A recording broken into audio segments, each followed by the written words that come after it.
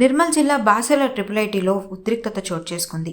PUC 2వ సంవత్సరం చదువుతున్న విద్యార్థిని తేజస్విని అనారోగ్యంతో చికిత్స పొందుతూ కన్నుమూసింది.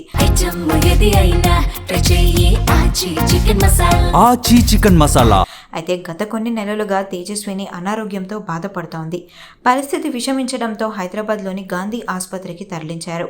తేజస్విని లుకేమియాతో బాధపడుతున్నట్లుగా గుర్తించారు వైద్యులు. చికిత్స పొందుతూ విద్యార్థిని కన్నుమూసింది. క్యాంపస్లో కనీసం వ్యాధి నిర్ధారణ పరీక్షా పరికరాలు అందుబాటులో లేకపోవడంతో తేజస్విని లుకేమియాతో బాధపడుతున్న విషయం తొందరగా నిర్ధారణకు రాలేదు. దాంతో వైద్యం ఆలస్యమై తన కూతురు మృతి చెందిందని తేజస్విని అమ్మ ఆవేదన వ్యక్తం చేస్తున్నట్లుగా తెలుస్తోంది. అధికారుల నిర్లక్ష్యం, క్యాంపస్లో సరైన వైద్య సేవలు లేనందువల్లే తేజస్విని ప్రాణాలు పోయాయని ఆరోపిస్తూ మంగళవారం రాత్రి విద్యార్థులు భారీ ఆందోళనకు దిగారు. వైస్ ఛాన్సలర్ తక్షణమే స్పందించాలని డిమాండ్ చేస్తూ వందలాది మంది విద్యార్థులు వీసీ కార్యాలయాన్ని గెస్ట్ హౌస్ను ముట్టడించారు. రాత్రంతా గెస్ట్ హౌస్ గేట్ ముందు నిద్రించి తమ నిరసనను వ్యక్తం చేశారు.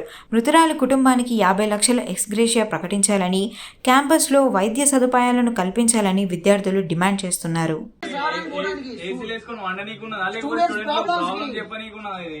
స్టూడెంట్ ప్రాబ్లమ్ సాల్వ్ చేసుకోనికి ఫ్యాకల్టీ దగ్గర పోవడానికి మీరు లాక్లు వేసుకొని లోపల ఉంటే ఏం చేస్తాం?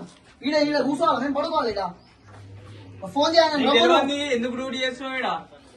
ఇక్కడ సెక్యూరిటీ నువ్వేనా? నువ్వే చూసుకోవాలంతా. కీ నీ దగ్గర లేదా ఇప్పటికి? ఎవరు తీసుకుంటారు? ఎట్లా తీసుకుంటారు? తీసుకోండి రూమ్ అక్కడికి వెళ్ళిపోతారు గేట్ దగ్గరికి.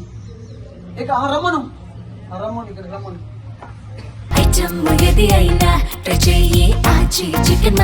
ఆచి చికెన్ మసాలా